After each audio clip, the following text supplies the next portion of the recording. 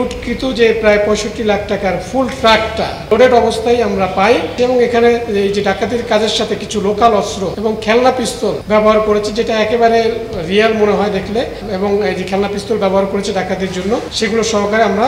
তাদেরকে অ্যারেস্ট করি। গতকাল আমরা বিভিন্ন সোশ্যাল মিডিয়া এবং ইলেকট্রনিক অ্যান্ড প্রিন্ট মিডিয়ায় দেখতে পাই যে গতকাল ফতুল্লায় একটা ডিপিডিসির নির্মাণাধীন বিদ্যুৎ কেন্দ্রের ওখানে একটা ডাকাতির ঘটনা ঘটে। সেটার প্রেক্ষিতে আমরা আমাদের কার্যক্রম শুরু করি। এই ঘটনার সাথে জড়িত 9 জন ডাকাতকে এবং লুটকৃত যে মালামাল প্রায় ৬৫ লাখ টাকার মালামাল, সেগুলো আমরা উদ্ধার করতে সক্ষম হই একটি ট্রাকের ভিতরে। Walton switch, stylish and elegant. তো ঘটনা যেটা ঘটে, গত পরশুদিন রাত আনুমানিক 8টা থেকে একদল ডাকাত, যেটা আমরা প্রাথমিক জিজ্ঞাসাবাদের দ্বারা জানতে পারি যে এরা মূলত আন্তঃজেলা ডাকাত দল এবং তারা বিভিন্ন জেলায় গিয়ে এই রকম প্রতিষ্ঠানগুলোতেই তারা ডাকাতি করে থাকে। গতকাল পরশুদিন রাত 8টায় তারা একটা কারখানায়, যে ডিপিডিসি যে নির্মাণাধীন ভবন, সেখানে যায় এবং তারা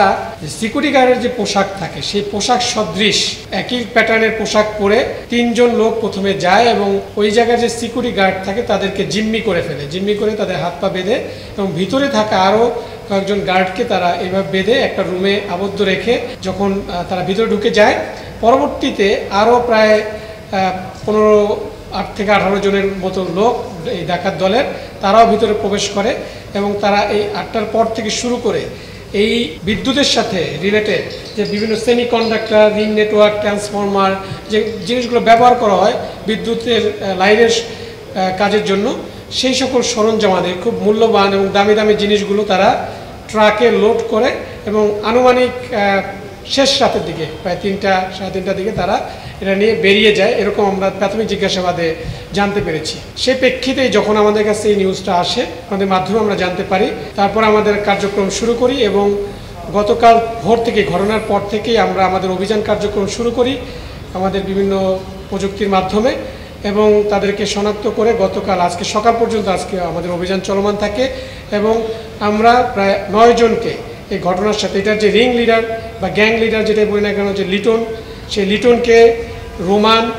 রোমান হচ্ছে আরেকজন, 9 জনকে আমরা অ্যারেস্ট করি এবং এই লুটকৃত যে প্রায় ৬৫ লাখ টাকার ফুল ট্রাকটা লোডেড অবস্থায় আমরা পাই এবং তাদেরকে নিয়ে আসি এবং এখানে এই যে ডাকাতির কাজের সাথে কিছু লোকাল অস্ত্র এবং খেলনা পিস্তল ব্যবহার করেছে, যেটা একেবারে রিয়াল মনে হয় দেখলে, এইগুলোকে তারা ব্যবহার করেছে, চাপাতি, ছুরি এবং এই যে খেলনা পিস্তল ব্যবহার করেছে ডাকাতির জন্য, সেগুলো সহকারে আমরা তাদেরকে অ্যারেস্ট করি। তো গ্রেপ্তারকৃতদের বিরুদ্ধে আইনানুগ ব্যবস্থা প্রক্রিয়াধীন আছে। সো আমরা এটা আরও ফলো আপ, আমরা এর সাথে আরও কোনো সংশ্লিষ্ট